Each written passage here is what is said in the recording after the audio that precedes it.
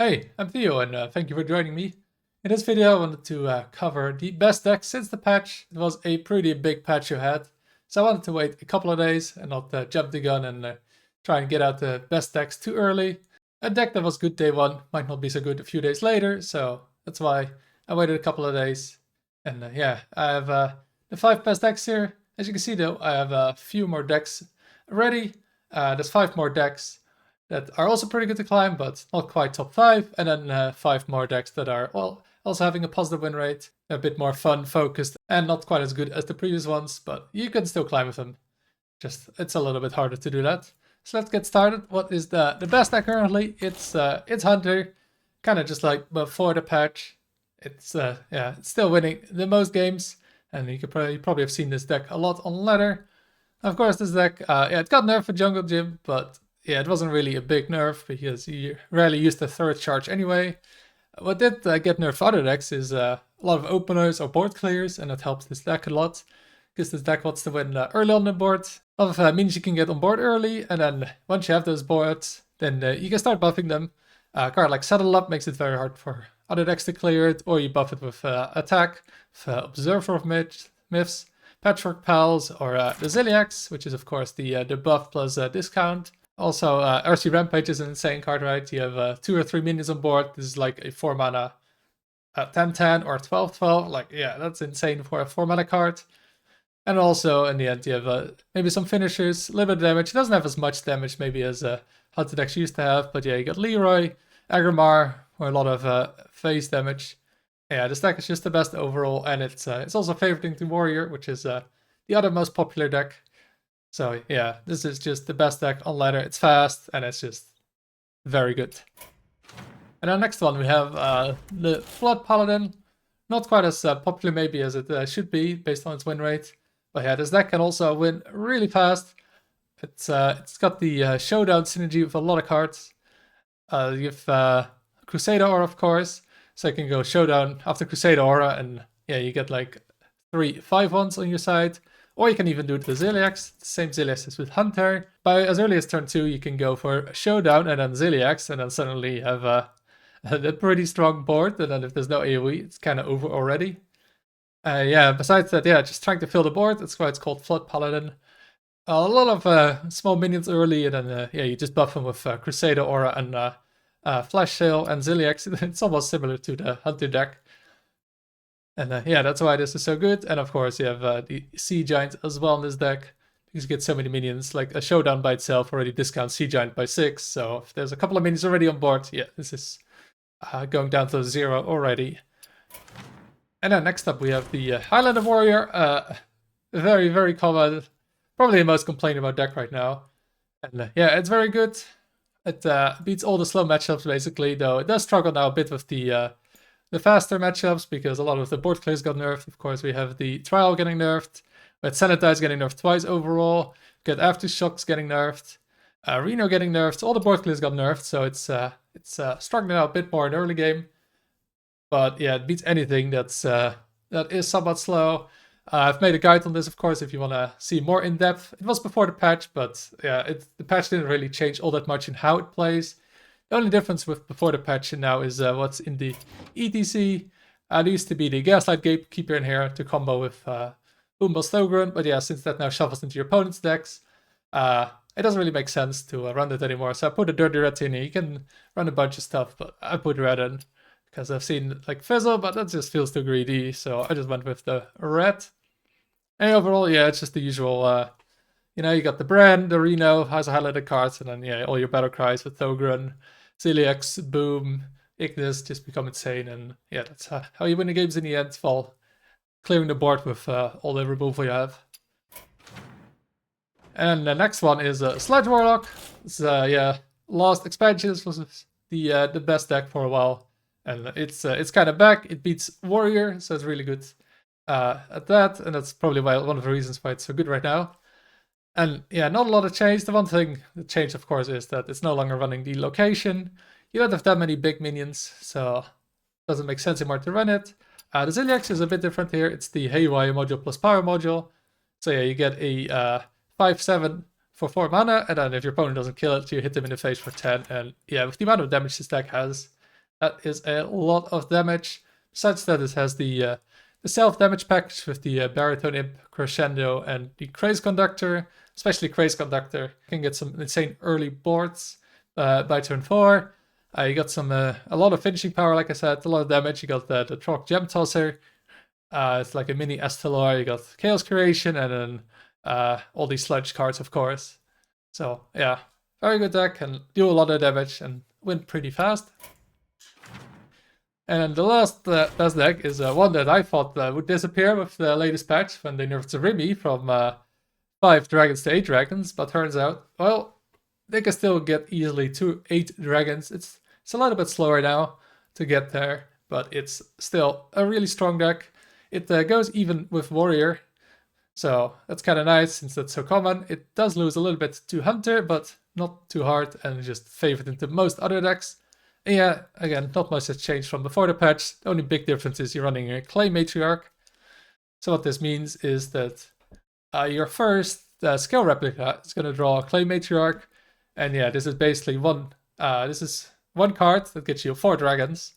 So that basically bridges the gap between the 5 and 8 dragons that Zarimi used to have and has now. So yeah, this card alone kind of almost makes it just work as good. Just it's a little bit slower now because you of course have to play this. But overall, it still functions similarly to before. You can get these insane early game with the 1-drop, cheat some out of a funnel cake, and then yeah, play Thirsty Drifters for 0, and the Ziliax the same again, like with Hunter and Paladin, just discount and the buff, and yeah, that can win so many games early if you don't clear a board for 1 turn. It can be kind of over even without Zarimi. And those are the 5 best decks, but let's go on to some more good decks that definitely can help you climb the ladder. We have Hand Buff Paladin. I wasn't sure which Paladin deck I wanted to put on top because this was actually pretty close to the Flood Paladin. Well, I think that was slightly better, but yeah, this deck you might know it's very similar to before the Paladin patch, the first patch of this expansion, where they kind of murdered Paladin a bit, but with other decks getting nerfed, this is also pretty good right now. We've got the buff stuff, of course, the Paint is Virtue, which is just like the Demon Hunter, just the weapon, everything is kind of built around. You've got Musclotron, you've got the Grindstreet Outfitter, the buff, so a lot of buffs, and then a lot of cards that work, of course, very well with the buffs. And then I have as finisher, we have the South Sea Deckhands. It's kind of like with the patch before, but this time it's without the Wind Fury, without the Deputization Aura. But we do have 2 Outfit Tailors. So yeah, if you buff this a couple of times, your South Sea Deckhand can still get pretty huge in damage. And yeah, and then the Ziliax we have here is the Perfect plus Tiki module. So this is also going to be pretty cheap usually. And then with the buffs, it's going to be a huge heal. Then next up we have Pain Warlock, again a deck from before the patch. It got nerfed a little bit, but it's still running Forge of Wills, it's still running Imprisoned Horror, so not really a lot has changed here. It's just, it's a little worse, but yeah, 0 mana, 4/4, 0 mana cards, usually good, and that hasn't changed here. Just a little bit slower because of that Forge of Wills nerf, so you didn't get like turn 4, 3 Giants on board, but you can almost get there still, like turn 5. The Ziliax is the buff and discount again, like most aggro decks. And yeah, this deck just works really fast. You can often win by turn 4, turn 5, with the getting the Molten Giants down to 0, Imprisoned Horrors to 0. Just getting a ton of stats on board, and then locking out your opponent with Speaker Stomper, so they can't react to it. So yeah, Painlock still a good deck, just a bit worse than before. And then we have the Shopper Demon Hunter being back. It got nerfed recently with the weapon, the Umpire's Grasp, going from 3 to 4 mana, but yeah, everything else slowed down by like a turn, so having this weapon slowed down by a turn, well, it kind of puts it on equal footing again. And yeah, not a lot has changed with this deck as before. We have the weapon still as the main way to win, the weapon into Window Shopper, into a bunch of random McTharidans probably. And yeah, that still is the way this deck wins. The difference now is that, yeah, you don't have a 3 mana slot again, as you can see. There's no 3 mana card, so you kind of have to fit that turn if you don't have the coin with one of your early game cards. But outside of that, yeah, this deck works the same as before the patch and is still a very good choice to climb the ladder with. Then we have a new deck that actually came with this patch. Well, I don't know what to call it. It has a spell damage, and dragons in it, and hero power synergies. I call it Spell Dragon Hero Power. It's whatever you want to call it. And yeah, this deck is new because it got buffed by 2 cards. It got the Kaya Drake buffed. It was a 2/4 before, now it's a 3/5, so it's a bit better now. And the other card that got buffed is the Woodland Wonders. Basically the 2 mana, 2/5s that you get. And yeah, going from 1 attack to 2 attack is kind of a big deal. And that's why this deck sees play now. Again, yeah, the Ziliax is the same as the other ones. Pylon plus ticking. Yeah, what this deck wants to do is early on, it can either get the spell damage to the minions on board early, or it can ramp early with Splish Splash Whelp and the Malfurion's Gift into a Wildgrove. And then later on, you got a lot of spell damage synergies with the swipes, very good. And then with the Bottomless Toy Chest, you get multiple swipes. And Malfurion's Gift is a swipe as well. And then you can get with the Magical Dollhouse and the Kaya Drake, you can do like 6-7 damage even with the swipe. And yeah, that is a lot of damage. On top of that, you have the Hero Power with Groovy Cat that you can tutor with the Peaceful Piper and just have 5 damage a turn with your Hero Power. And on top of that, you have a bunch of more damage with the Trog Gem Tosser, which can deal 10 damage, and with ramping as Druid, that usually happens by turn 7 or 8. And then the last one, that's also a pretty good deck, is the Highlander Shaman deck that I actually made this build, and it's been pretty popular. It's been pretty solid. I got top 10 with it. Might even make a guide on it. And this is the Highlander deck. It also is using some buffed cards. The newly buffed Hagatha, which is now 4 mana, so it's a bit more playable. At 5 it was way too slow, but at 4 it feels playable. And then yeah, the ideal synergy with this is with Hagatha you get Wish Upon a Star, you play Shadow Block the turn before, and then you triple up on Wish Upon a Star, and then +6/+9 stats to every minion in your deck. It generally wins the game, although you don't really want to focus on that because yeah, that's very slow, right? You basically do 4 mana, do nothing. Then you do 6 mana, do nothing, then 7 mana, do nothing, and then, yeah, most decks kind of punish you for that, so you don't really want to focus on that. You really want to focus on what's needed during the game. Most games, just getting Giant Tumbleweed is the best, because you need that board clear. But yeah, the slower matchups, you want that Wish Upon a Star, and besides this deck, yeah, just the usual Highlander stuff, some early game. You got the Forge package with Ignis. The Ziliax is the Twin module plus Perfect module, and then we have the ETC, where we have 30 red, to hit those combo cards. I wonder if you can just want to run this in the main deck, but I got it EDC for now. Dehydrate, because it's 1 mana when you get it off this, so it can be good against aggro. And then just the Viper for the weapons. And then let's have some more fun decks for maybe the classes that didn't have a deck yet. First up we have Excavate Rogue. Somebody actually hit rank 1 legend with this deck. Not sure if this is a specific deck, but with a version of this at least. And yeah, it's Excavate as before. So often you want to do with this is like go prep, pit stop, and get really the kit on turn 4, or wait until turn 6 with pit stop, because you really want the triple excavate of Drilly. What else you can do here is cheat a lot of mana with Sonya.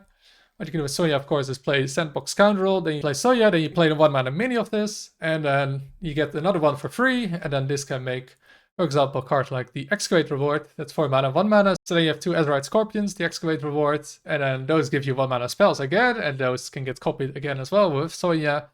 So you can get some insane value with this, and then you can get all of that back with Tess, and then yeah, you have the usual Shadow Step Breakdance to either bounce maybe one of your Excavate cards, you can bounce the Neophyte, if you need to protect your board, bounce Valorok, because yeah, this card is insane. Especially you can bounce Valorok with Shadow Step, and then play it afterwards with Sonya, and then you get 2 of these Valoroks, and yeah, that's pretty good. That way I can win a lot of games. And then we have the Ziliax. It's the perfect plus ticking.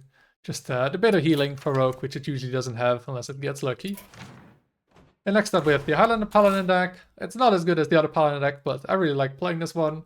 It's got the Spirit of the Badlands, so you get 1 extra minion every turn with this. So what you want to be doing is always try to use this minion that you get, and yeah, just have infinite value. Other than that, you've got the Excavate, and then if you get to the 4th Excavate, you buff your whole deck with +3/+3, so there's really good synergy with Spirit. And then just kind of the usual good Paladin cards. Got the Toy Captain Taram, got the Tigress plushie, the Living Horizon, and then the Reno as a Highlander card. It's still a good clear, just not as good as before. I really noticed that sometimes you really needed it turn 8 and no longer have it. Ziliax is the discount, because you can get it off the Mirage from the Spirit of the Badlands. And then we have a Death Knight deck. Yeah, Death Knight got hurt a bit, especially how he got hit, because it no longer counters with other plagues the Highlander decks. However, this only really mattered against the Highlander decks. Against every other deck, that deck probably got nerfed, so this deck just got better against those other decks. And I wanted to put a Death Knight deck here. Rainbow Death Knight got hurt a bit more. It got hit by the Helliath change, the Plague change to Highlander decks, but also by 2 board clears being upped by 1 mana. This deck didn't get hit that hard outside of the Plagues. Well, it didn't get hit at all. So it's still viable. It still works the same as before. Get those Plagues shuffled, cheat out Shade Guardian, Rescue, and get them back. And yeah, just see it as a tempo deck, and those Plagues are more of as a bonus, so don't focus too much on it. And then next up we have a Mage deck, Rainbow Mage. Yeah, it really got hurt by the change to Miracle Salesman, so it's not so good anymore. It already was kind of struggling before the patch. So right now the best deck for Mage is the Elemental Mage. It's also a very, very cheap deck. This deck actually has no epics or legendaries, so this is the ultimate free-to-play choice. You can easily try this at basically no dust cost. And what this deck does is it pushes a lot of damage, and it's called Elemental Mage for a reason. So a lot of cheap elementals, then you have the synergy with the Overflow Surgeon, where you might even add a bunch of 3/2s on board early. And you have the Tainted Remnant, which is a lot of damage, 7 damage. And the Unchained Gladiator, which can draw a bunch of cards. But yeah, I feel like Elementals is almost more a support package for what this deck really wants to do, is just burn down the opponent. What you have is, like I said, the Tainted Remnant, dealing 7 damage. Then there is the Fireball, dealing 6, Molten Rune being another deal 6. The Triple Trickster being another deal 6. So a lot of cards that deal 6 damage. And you can get your opponent down real fast. And that's kind of the goal of this deck. And then the last deck, I've got another Highlander deck. Yeah, I like Highlander decks. It's the Highlander Druid. Not much has changed though from before the patch. It still does kind of the same thing, right? A lot of big dragon package. To Reb, you have the Restrasa to get infinite value in the late game. Sky Mother Aviana to, well, never run out of cards. And just the usual late game stuff for a Druid with Reno, York, the Ziliax, which is a Twin plus Perfect module. And in the ETC we've got Forbidden Fruit, so this can work with Ignis if you have Wind Fury to get a lot of burst in 1 turn, or you can get a 20 armor in 1 turn. If you need that against like an aggro deck or a burn deck, then red to maybe red the opponent is like a Boomba Stogren, and then Viper if your opponent is like a Highlander Shaman with Dr. Holiday, or your opponent's running Ignis. And yeah, that is pretty much it for 15 decks I wanted to discuss today. Hope they'll help you climb. If you have any other decks that you think should be here, let me know down below. Thank you for watching, and until next time.